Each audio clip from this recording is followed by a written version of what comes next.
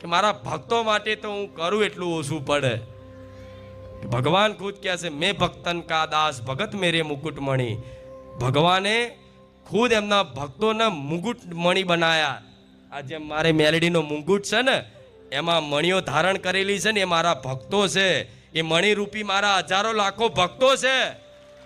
આ મારો તાજ છે, આ મારો મુંગટ છે. આજ મારો મુંગટ કેમ ચમકે છે? એટલે ચમકે છે કે મારા લાખો ભક્તોની મણીથી આ જડેલો મુંગટ મેં મેલડીએ પહેર્યો છે. જો મારા ભક્તો ના હોત તો આ મુંગટની મણીની ચમક હોત, આ ચમક હોત, આ પ્રકાશ હોત? ના હોત ને. તો તમને ક્યાં ધારણ કર્યા મેં? મારા માથે. તમે મને ચરણે પડો છો, મેં મારા માથે ધારણ કર્યા. તોથી વિચાર લો કે હું મેલડી શું છું.